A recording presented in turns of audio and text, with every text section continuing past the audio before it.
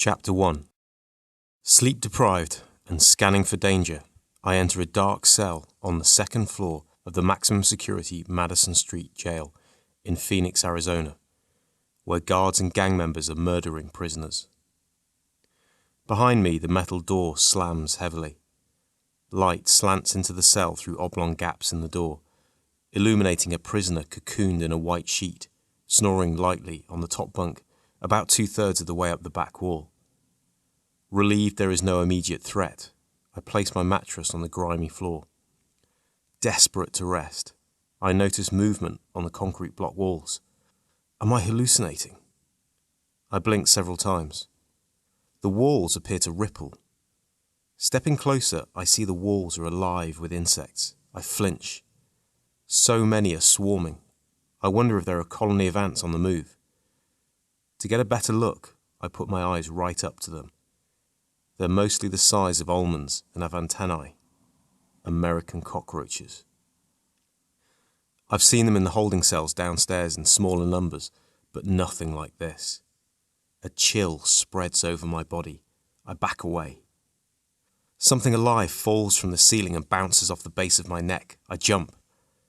With my night vision improving, I spot cockroaches weaving in and out of the base of the fluorescent strip. Every so often, one drops onto the concrete and resumes crawling. Examining the bottom bunk, I realize why my cellmate is sleeping at a higher elevation. Cockroaches are pouring from the gaps in the decrepit wall at the level of my bunk. The area is thick with them. Placing my mattress on the bottom bunk scatters them. I walk towards the toilet, crunching a few under my shower sandals. I urinate and grab the toilet roll. A cockroach darts from the center of the roll onto my hand, tickling my fingers. My arm jerks as if it had a mind of its own, losing the cockroach and the toilet roll. Using a towel, I wipe the bulk of them off the bottom bunk. Stopping only to shake the odd one off my hand, I unroll my mattress. They begin to regroup and inhabit my mattress. My adrenaline is pumping so much I lose my fatigue. Nauseated, I sit on a tiny metal stool bolted to the wall. How will I sleep? How's my cellmate sleeping through the infestation and my arrival? Copying his technique, I cocoon myself in a sheet and lie down, crushing more cockroaches. The only way they can access me now is through the breathing hole I've left in the sheet by the lower half of my face. Inhaling their strange musty odour, I close my eyes. I can't sleep. I feel them crawling on the sheet around my feet. Am I imagining things? Frightened of them infiltrating my breathing hole, I keep opening my eyes. Cramps cause me to rotate onto my other side. Facing the wall, I'm repulsed by so many of them just inches away. I return to my original side. The sheet traps the heat of the Sonoran desert to my body, soaking me in sweat. Sweat tickles my body, tricking my mind into thinking the cockroaches are infiltrating and crawling on me. The trapped heat aggravates my bleeding skin infections and bed sores.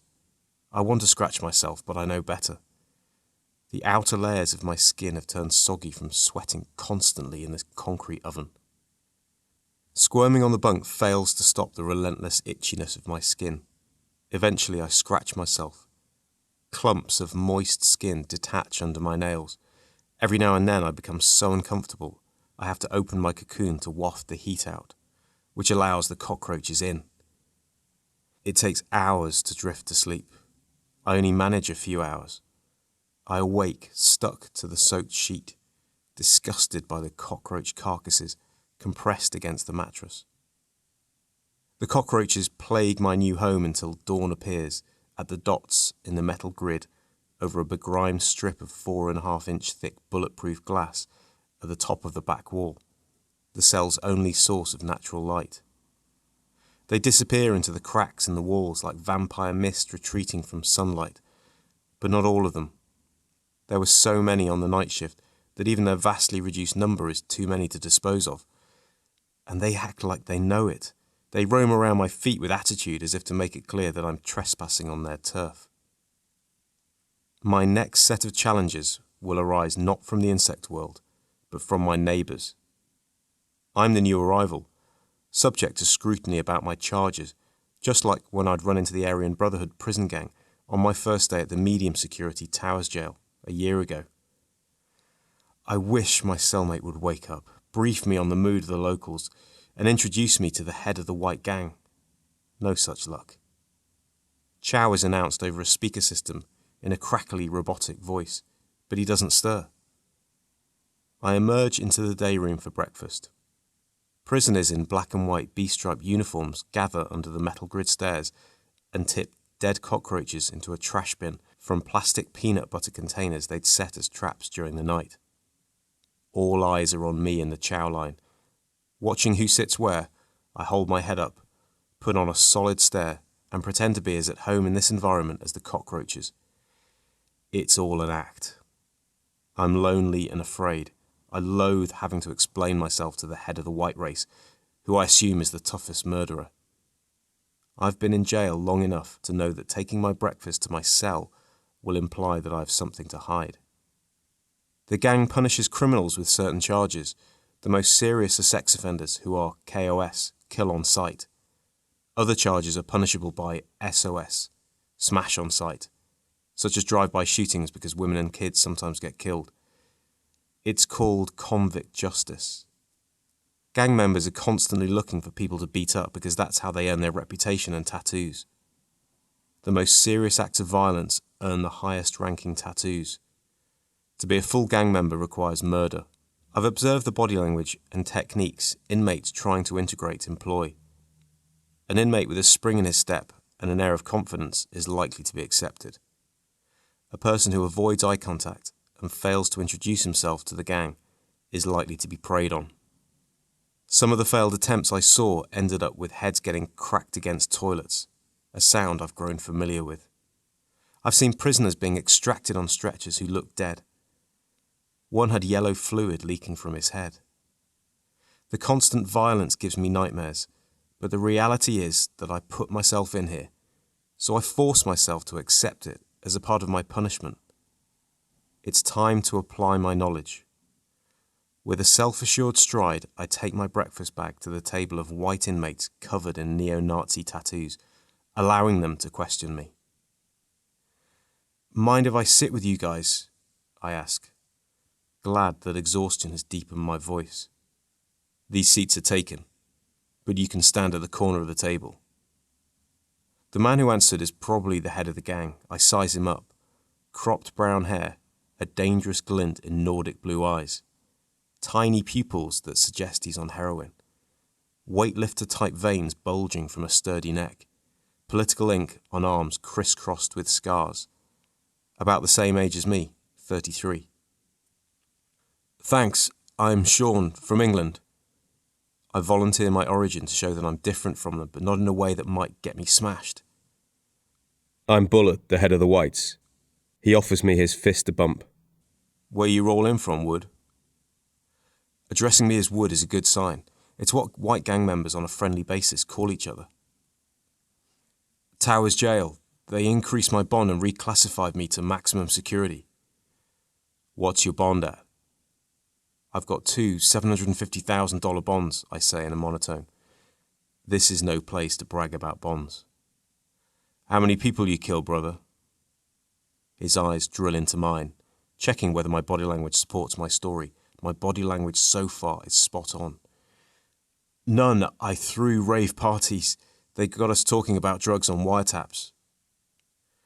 Discussing drugs on the phone does not warrant a $1.5 million bond. I know, and beat him to his next question. Here's my charges. I show him my charge sheet, which includes conspiracy and leading a crime syndicate, both from running an ecstasy ring. Bullet snatches the paper and scrutinizes it. Attempting to preempt his verdict, the other whites study his face. On edge, I wait for him to respond. Whatever he says next will determine whether I'll be accepted or victimized. Are you some kind of jailhouse attorney? Bullet asks. I want someone to read through my case paperwork. During our few minutes of conversation, Bullet has seen through my act and concluded that I'm educated, a possible resource to him. I appreciate that he'll accept me if I take the time to read his case. I'm no jailhouse attorney, but I'll look through it and help you however I can. Good. I'll stop by your cell later on, Wood. After breakfast, I seal as many of the cracks in the walls as I can with toothpaste. The cell smells minty, but the cockroaches still find their way in. Their day shift appears to be collecting information on the brown paper bags under my bunk, containing a few items of food that I purchased from the commissary. Bags that I tied off with rubber bands in the hope of keeping the cockroaches out. Relentlessly, the cockroaches explore the bags for entry points, pausing over and probing the most worn and vulnerable regions. Will the nightly swarm eat right through the paper? I read all morning, wondering whether my cellmate has died in his cocoon, the occasional breathing sounds reassuring me. Bullet stops by late afternoon and drops his case paperwork off. He's been charged with Class 3 felonies and less, not serious crimes, but is facing a double-digit sentence because of his prior convictions and security threat group status in the prison system. The proposed sentencing range seems disproportionate. I'll advise him to reject the plea bargain on the assumption he already knows to do so, but is just seeking the comfort of a second opinion, like many unsentenced inmates. When he returns for his paperwork, our conversation disturbs my cellmate. The cocoon shuffles. So we go upstairs to his cell. I tell Bullet what I think. He is excitable, a different man from earlier, his pupils almost non-existent.